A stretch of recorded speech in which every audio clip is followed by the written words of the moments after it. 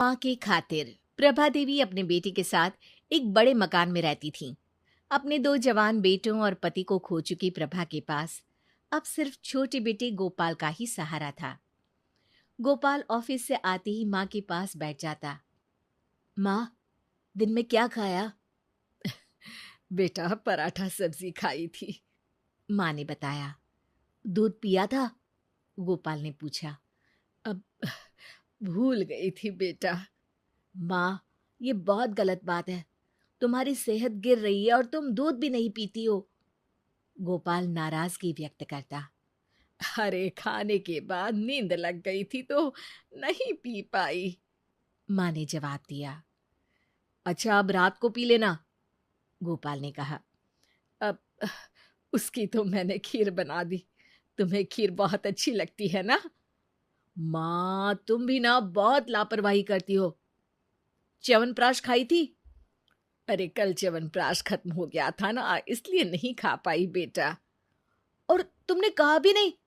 अब कल लेते आना बेटा। ठीक है, कल लेता आऊंगा। ऐसे रोज गोपाल आता, माँ के पास बैठता और फिर खाना खाकर सो जाता। सवेरे ऑफिस चला जाता। घर का सारा काम नौकरानी कर देती। एक दिन माँ प्रभा देवी ने कहा, बेटा, अब मेरे लिए बहू ला देना। अरे, अभी क्या जल्दी है माँ? बेटा, पोते का मुंह देखने का बहुत मन करता है, प्रभा देवी गंभीर होकर कहती। ठीक है माँ, कर लूंगा, थोड़े दिन और रुक जा। जब भी मैं शादी की बात करती हूँ तुम टाल जाते हो। माँ जब भी ऐसे बात करती तो गोपाल माँ से लिपट जाता। अरे माँ, मैं हूं ना तुम्हारे लिए, तुम बहू की चिंता मत कर, समय आने पर सब हो जाएगा। माँ बेटे लिपट कर खूब प्यार करते। गोपाल का एक दोस्त था मोहन। दोनों साथ साथ पढ़े थे और संयोग से नौकरी भी एक साथ एक ऑफिस में ही लगी। लंच के समय एक दिन मोहन ने गोपाल से पूछा, अरे यार, कभी तुम्हारे किसी रिश्तेदार को तुम्हारे यहाँ आते जाते नहीं देखा?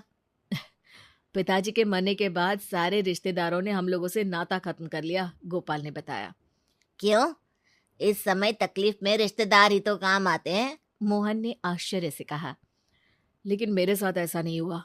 यहाँ तक कि चाचा, जिन्हें पिताजी ने पढ़ाया लिखाया था, उन्होंने भी नाता तोड़ दिया। गोपाल थोड़ा गंभीर हो गया। चाचा जी को तो ऐसा नहीं करना चाहिए था, मोहन ने कहा। अरे चाचा को छोड़ो, बुआ ने भी आना जाना छोड़ दिया। सबको लगता था कि हम लोग उन पर बोझ बन जाएंगे। अब भी नहीं आते जाते क्या?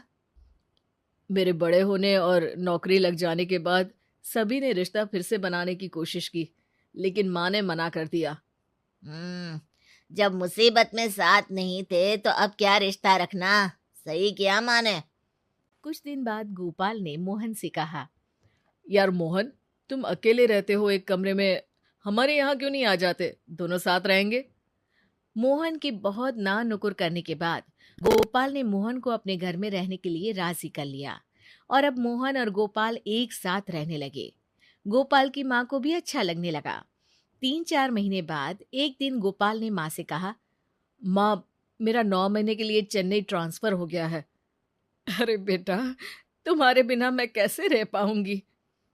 माँ, मोहन है और नौकरानी भी तो है, तुम्हें कोई तकलीफ नहीं होगी, फिर 10 महीने की ही तो बात है। बेटा, ट्रांसफर रुक नहीं सकता क्या? माँ ने रोते हुए पूछा। नहीं माँ जी, वहां गोपाल के अलावा कोई नहीं जा सकता, क्योंकि वो काम सिर्फ गोपाल ही कर सकता है, मोहन ने माँ को बताया। ये सुनकर माँ रोने लगी थी। फिर एक दिन गोपाल चेन्नई चला गया। मोहन माँ का बहुत ख्याल रखता। नौकरानी दोनों समय आकर खाना बना दिया करती थी और मोहन माँ की हर जरूरत का ध्यान रखता। 1 महीना हो गया, गोपाल की कोई खबर नहीं आई तो माँ ने कहा, मोहन बेटे, गोपाल से बात तो करा दे। जी माँ जी। मोहन ने माँ को फोन दे दिया। कैसे हो बेटा? मैं बिल्कुल ठीक हूँ माँ, तुम चिंता मत करो।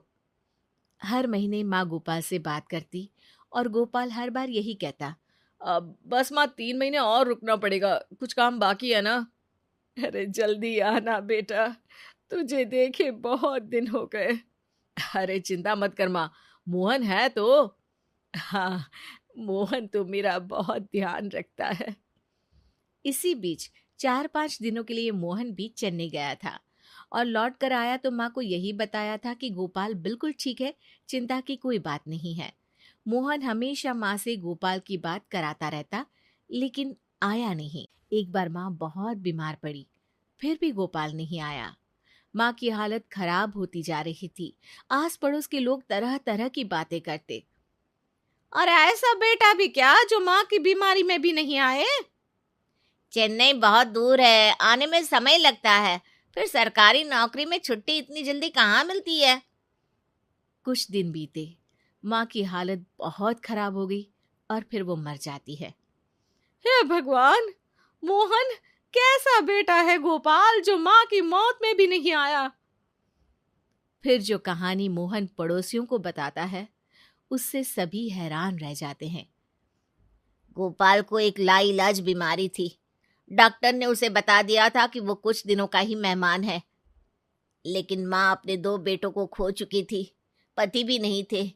अगर गोपाल की ये खबर लगती तो वो जितना जीना था वो भी नहीं जी पाती। और गोपाल ये बिल्कुल नहीं चाहता था कि उसकी माँ उसकी भी मौत देखे और बेमौत मर जाए। हैं? फिर वो फोन पर कौन बात करता था? वो रिकॉर्डेड आवाज मुझे दे गया था, जो मैं माँ को सुना देता था। गोपाल की इच्छा अनुसार सारी संपत्ति मोहन ने अनाथालय को दे दी।